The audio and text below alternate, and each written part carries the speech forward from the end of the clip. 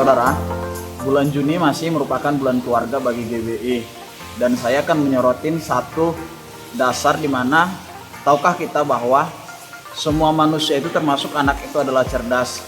Hanya saja kita mungkin punya masalah terhadap alat yang kita gunakan atau indikator yang kita pakai untuk mengkategorikan kecerdasan seseorang. Saya misalkan begini, di sebuah ladang terdapat 4 orang anak yang menjumpai sebuah kelapa yang jatuh dari pohonnya di waktu yang berbeda. Anak yang pertama, ketika dia menjumpai kelapa yang jatuh ini, dia langsung berpikir dalam kepalanya bagaimana kelapa itu jatuh dengan metode ala Pitagoras dengan menentukan sudut-sudut segitiga. Kemudian dia menentukan kecepatan dan massa jenis kelapa itu dengan kecepatan gravitasi, gaya gravitasi ala Isaac Newton. Lalu kita bertanya, apakah anak ini anak yang cerdas? Ya, tentu saja. Dia anak yang cerdas, dia anak yang brilian. Dia menerapkan dasar-dasar matematika dan fisika. Dia anak yang cerdas. Lalu anak yang kedua, dia juga menyumpain kasus yang sama. Dia lihat sebuah kelapa jatuh dari pohonnya. Apa yang dia lakukan? Anak ini bersegera mengambil buah kelapa itu. Buah kelapa itu lantas dia bawa ke pasar, dia jual, dan dari situ dia mendapatkan uang Rp5.000. Apakah anak ini anak yang cerdas? Ya, tentu saja. Anak ini bisa melihat peluang. Dia bisa mengubah kelapa yang dia temukan menjadi uang. Lalu kita beralih kepada anak yang ketiga. Melihat kelapa di pohon yang sama, apa yang dia lakukan? Dia lantas melihat kelapa itu, dan tidak jauh dari pohon itu dia melihat ada seorang tua yang sedang duduk dan kelelahan. Dia lalu membuka kelapa itu dan menghidangkannya, memberikannya kepada orang tua itu.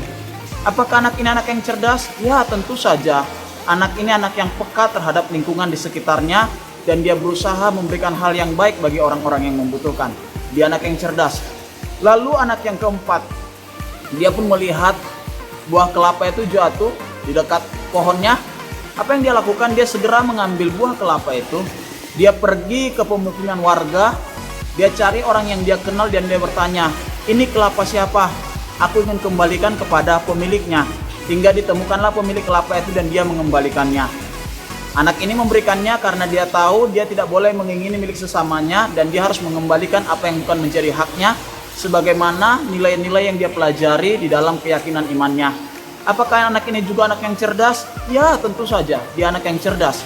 Dia belajar menerapkan apa yang dia dengar, apa yang dia terima, dan dia belajar menjadi anak yang berintegritas. 4 orang anak ini menunjukkan kecerdasan yang berbeda-beda. Anak yang pertama menunjukkan kecerdasan secara akademis. Anak yang kedua yang mengubah kelapa menjadi uang menunjukkan kecerdasan secara finansial. Anak yang ketiga adalah anak yang memiliki kecerdasan secara karakter dan sosial. Dan anak yang keempat adalah anak yang memiliki kecerdasan secara spiritual. Sayangnya kita hidup di dunia di mana aspek pertama, kecerdasan yang pertama, kecerdasan akademis dan kecerdasan finansial lah yang paling dijunjung tinggi, yang paling mendapatkan apresiasi.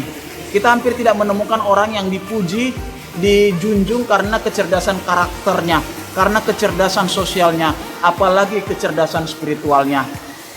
Mari kita mulai dari rumah kita. Anak-anak kadang dia menjadi anak yang tidak cerdas bukan karena dia tidak memiliki kecerdasan. Satu hal saya yakin bahwa semua anak itu cerdas. Tapi di sisi lain saya juga meyakini bahwa setiap anak memiliki kekuatan dan kecerdasannya masing-masing. Tugas kita sebagai orang tua, tugas kita sebagai gereja, tugas kita sebagai pembina, dan tugas kita sebagai pendidik adalah menemukan mereka pada aspek kecerdasan mereka, sehingga mereka menjadi anak yang berguna, anak yang menemukan panggilan mereka, dan mereka bisa menjadi alat Tuhan di dunia ini. Jangan sampai kata-kata bodoh, jangan sampai kata-kata tidak berguna, jangan sampai kata-kata yang tidak memberkati, itu yang kita katakan kepada mereka, kita tanamkan kepada mereka, hingga hilanglah kecerdasan mereka.